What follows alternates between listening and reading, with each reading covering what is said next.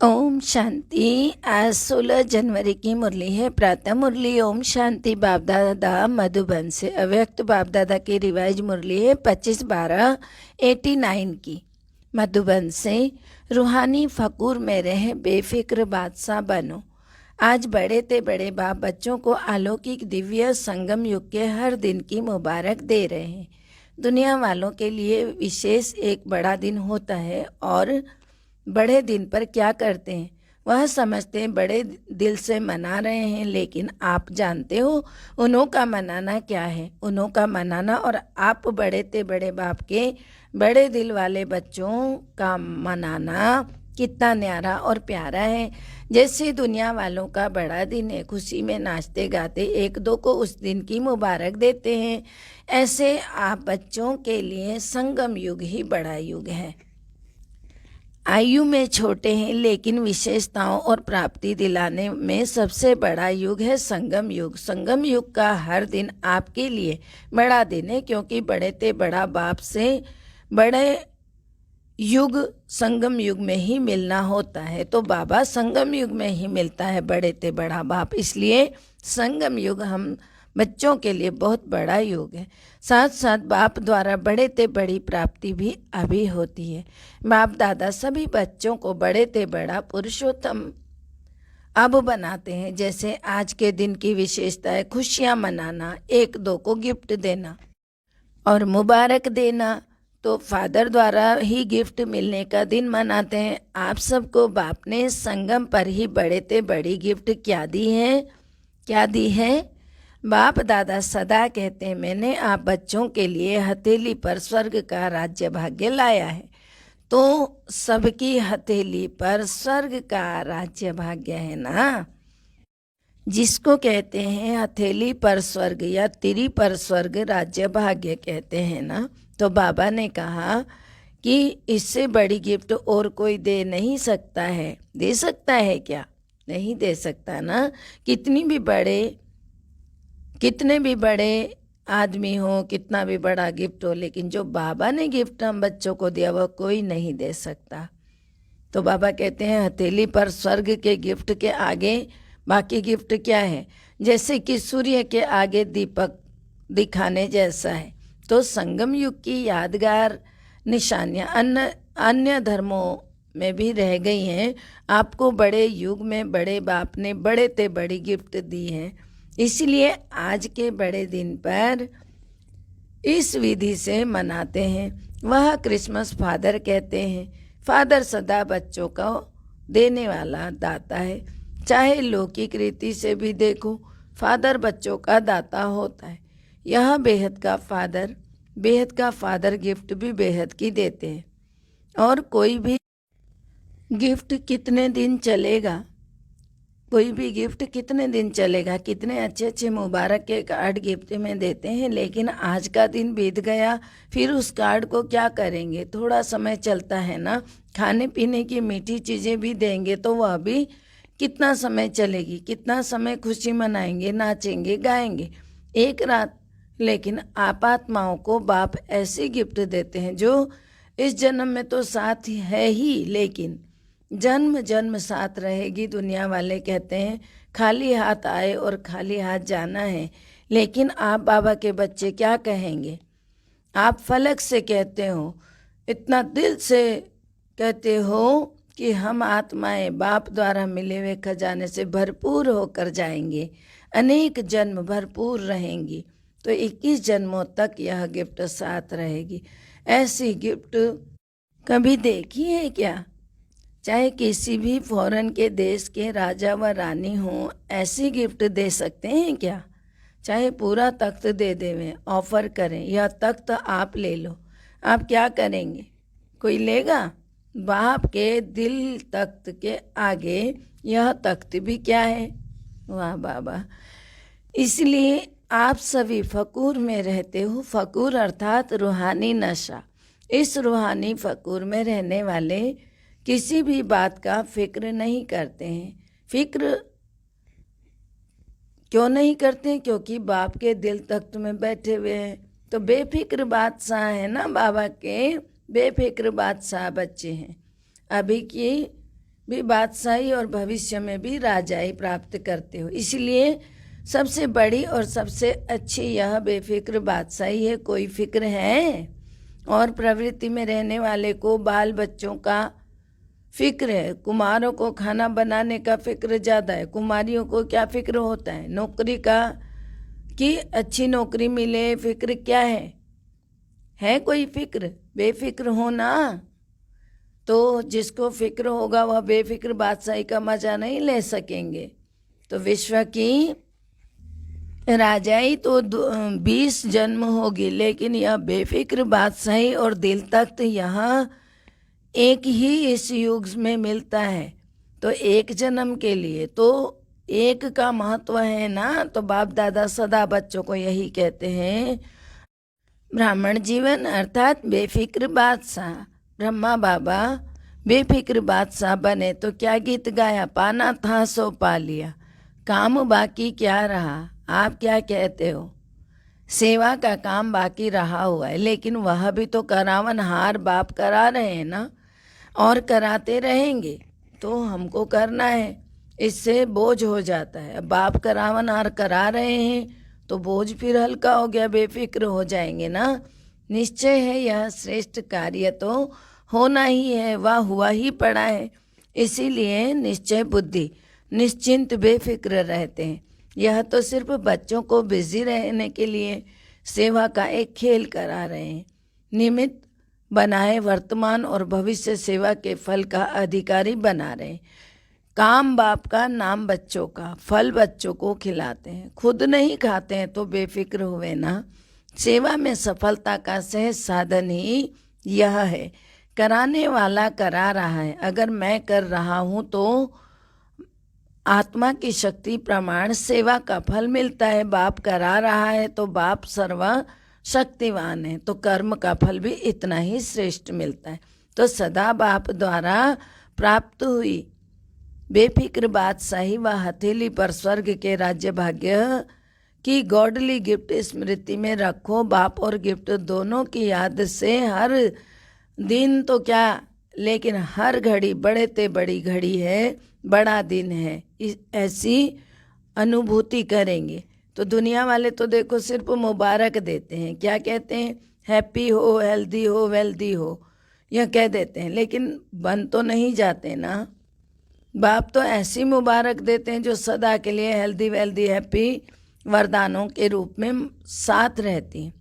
तो सिर्फ मुख से कह करके खुश नहीं करते हैं, लेकिन बना देते हैं।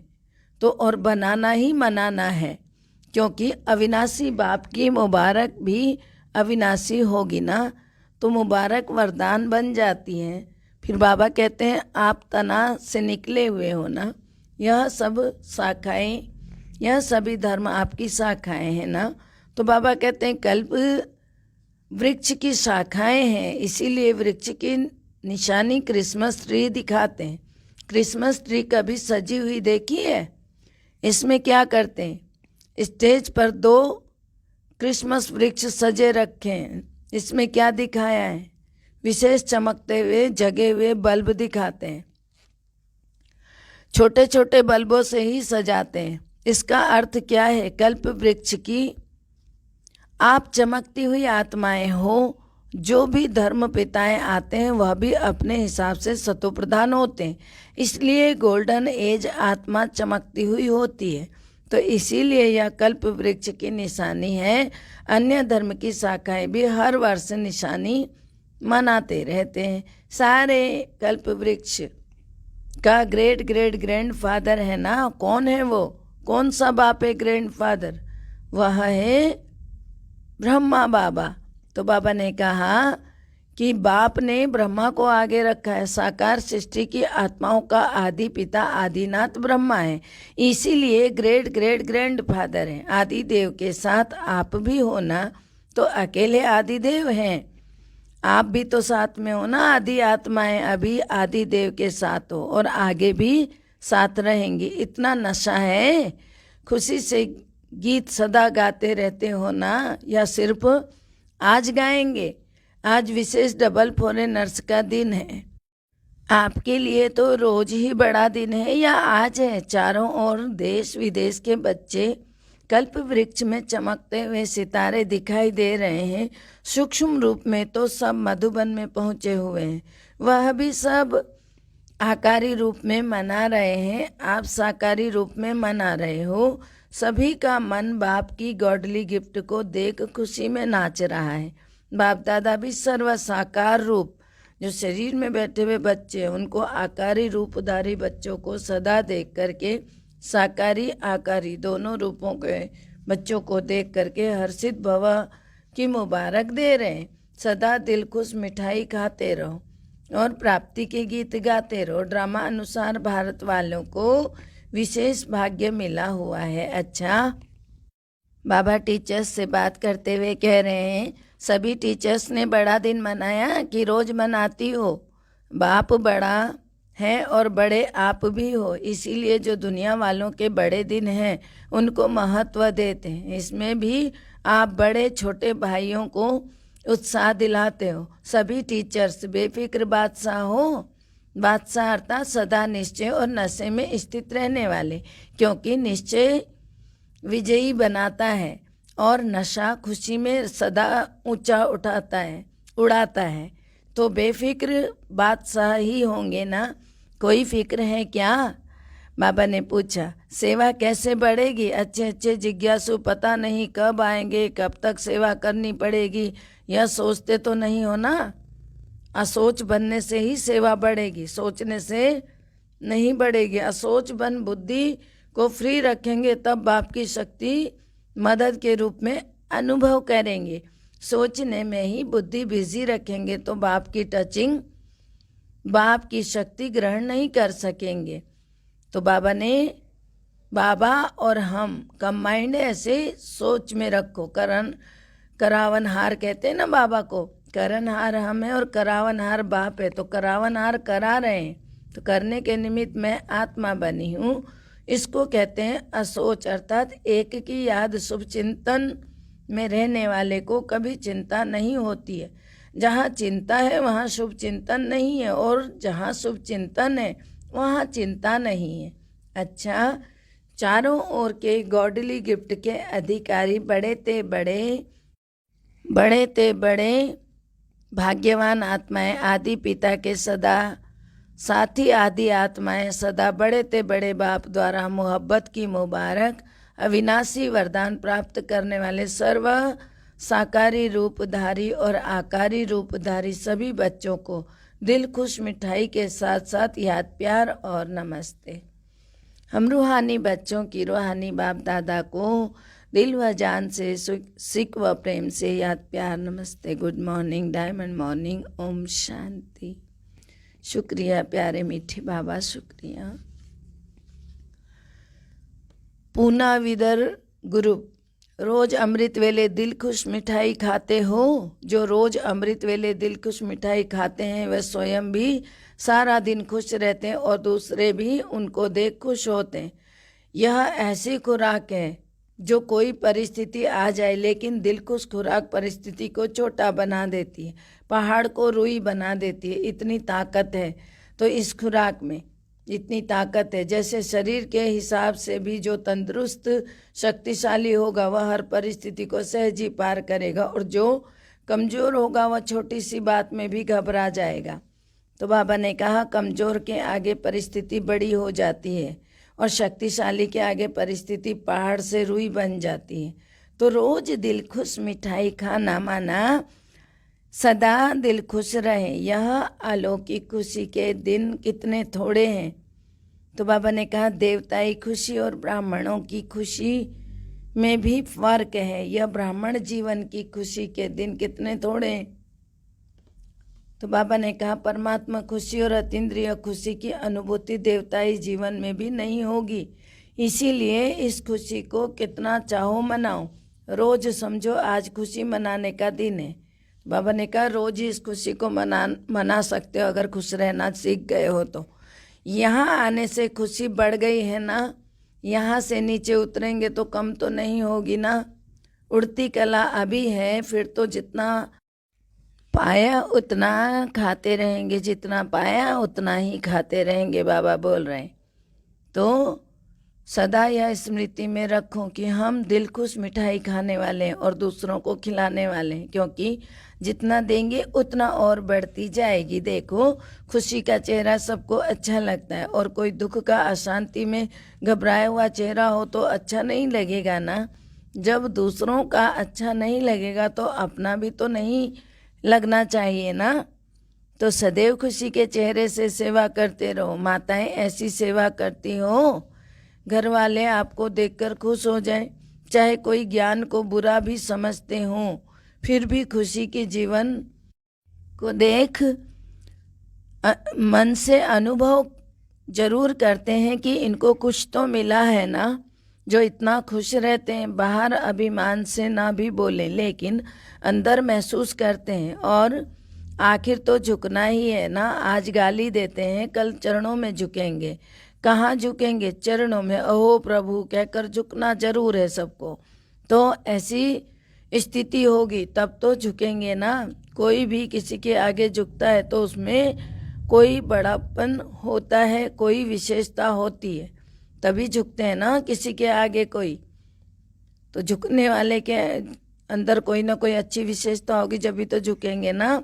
तो यहाँ पर भी ऐसा ही होगा, एक न एक दिन सब झुकेंगे। तो उस विशेषता पर झुकता है, ऐसे तो कोई नहीं झुकेगा ना। दिखाई दे इन जैसे जीवन कोई की है ही नहीं। सदा खुश रहते हैं, रोने की परिस्थिति में भी खुश रहे, मन खुश रहे। ऐसे नहीं हंसते रहो लेकिन मन खुश हो। पांडव क्या समझते हैं, ऐसा अनुभव दूसरों को होता है या अभी कम होता है? खुश मिजाज रहने वाले अपने चेहरे से बहुत सेवा करते हैं। मुख से बोलो नहीं तो बोलो, लेकिन आपकी सूरत ज्ञान की सीरत को स्वतः ही प्रत्यक्ष करेगी। नहीं बोलो तो भी, लेकिन आपकी सूरत क्या करेगी? आपकी सीरत को, चरित्र को प्रत्यक्ष कर देगी। तो यही याद रखना कि दिल कुछ मिठाई खानी है और औरों को भी खिलानी है। तो स्वयं खाता है, वह खिलाने के बिना रह नहीं सकता जो स्वयं खाता है। अच्छा, बेलगाम और सोलापुर ग्रुप, अपने इस श्रेष्ठ जीवन को देख हर्षित होते हो ना, क्योंकि यह जीवन हीरे तुल्य जीवन है। हीरे का मूल्य होता है ना, तो इस जीवन को इतना अमूल्य समझकर हर कर्म करो। तो बाबा कहते हैं ब्राह्मण जीवन अर्थात अलौकिक जीवन।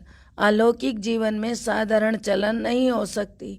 जो भी कर्म करते वह अलौकिक होना चाहिए, साधारण नहीं होना चाहिए। अलौकिक कर्म तब होता है जब अलौकिक स्वरूप की स्मृति रहती है, क्योंकि जैसी स्मृति होगी वैसी स्थिति होगी। स्मृति में रहे, एक बाप दूसरा न कोई, तो बाप की स्मृति सदा समर्थ बनाती है। इसलिए कर्म भी श्रेष्ठ अलौकिक होता है। तो सारा दिन जैसे अज्ञानी जीवन में मेरा मेरा करते रहे, अब यही मेरा बाप की तरफ लगा दिया ना अभी, और सब मेरा मेरा खत्म हो गया। ब्राह्मण बनना अर्थात सब कुछ तेरा कर देना, मना बाप का कर देना। यह गलती तो नहीं करते हो ना? मेरे को तेरा और तेरे को मेरा नहीं बना देते हो ना? ऐसा तो नहीं करते ना? जब कोई मतलब होगा तो कहेंगे मेरा, और जब मतलब नहीं तो होगा तो कहेंगे तेरा। ऐसा तो नहीं करते ना? मेरा भले कहो लेकिन मेरा बाबा कहो, बाकी सब मेरा मेरा छोड़कर एक मेरा बाबा कहो। एक मेरा बाबा कहने से ही मेहनत से छूट जाएंगे, बोझ भी उतर जाएगा। नहीं तो गृहस्थी जीवन में कितना बोझ है। अभी हल्के डबल लाइट हो गए, इसलिए सदा उड़ती कला वाले हो। उड़ती कला के सिवाय रुकती कला में रुकना नहीं है। सदा उड़ती चलो, सदा ही उड़ती चलो। बाबा ने अपना बना लिया, सदा इसी खुशी में रहो। मीठे प्यारे बाबा का वरदान है, ज्ञान के साथ साथ गुणों को इमर्ज कर नंबर 1 बनने वाले सर्वगुण संपन्न भव। ज्ञान के साथ साथ गुणों को इमर्ज कर नंबर 1 बनने वाले सर्वगुण संपन्न भव। वर्तमान समय आपस में विशेष कर्म द्वारा गुणदाता बनने की आवश्यकता है। इसीलिए ज्ञान के साथ साथ गुणों को इमर्ज करो, गुण आपके अंदर ही है, बस उनको जगाना है। तो बाबा ने कहा यही संकल्प करो कि मुझे सदा गुण मूर्त बन सबको गुण मूर्त बनाने का विशेष कर्तव्य करना ही है। तो व्यर्थ देखने सुनने व करने की फुर्सत ही नहीं रहेगी। दूसरों को देखने के बजाय ब्रह्मा बाप को फॉलो करते हुए हर सेकंड गुणों का दान करते चलो, तो सर्वगुण संपन्न बनने और बनाने का एग्जाम्पल नंबर 1 हो जाएंगे। स्लोगन है, साइलेंस की पावर द्वारा नेगेटिव को पॉजिटिव में परिवर्तन करना ही मनसा सेवा है। साइलेंस की पावर द्वारा नेगेटिव को पॉजिटिव में परिवर्तन करना ही मनसा सेवा है। अच्छा, आज के लिए योग तपस्या है, लवलीन स्थिति का अनुभव करो। यह परमात्मा प्यार ऐसा सुखदायी प्यार है जो इस प्यार में एक सेकंड भी खो जाओ तो अनेक दुख भूल जाएंगे और सदा के लिए सुख के झूले में झूलने लगेंगे। ओम शांति। सबका भला हो, सब सुख पाएं, सब परमात्मा से जुड़ जाएं। सबका भला हो, सब सुख पाएं, सब परमात्मा से जुड़ जाएं। सबका भला हो, सब सुख पाएं, सब परमात्मा से जुड़ जाएं। अंत समय में अपना जीवन सफल बनाएं, मुक्ति जीवन मुक्ति को पाएं, सबकी मनोकामना पूर्ण हो जाए। ओम शांति।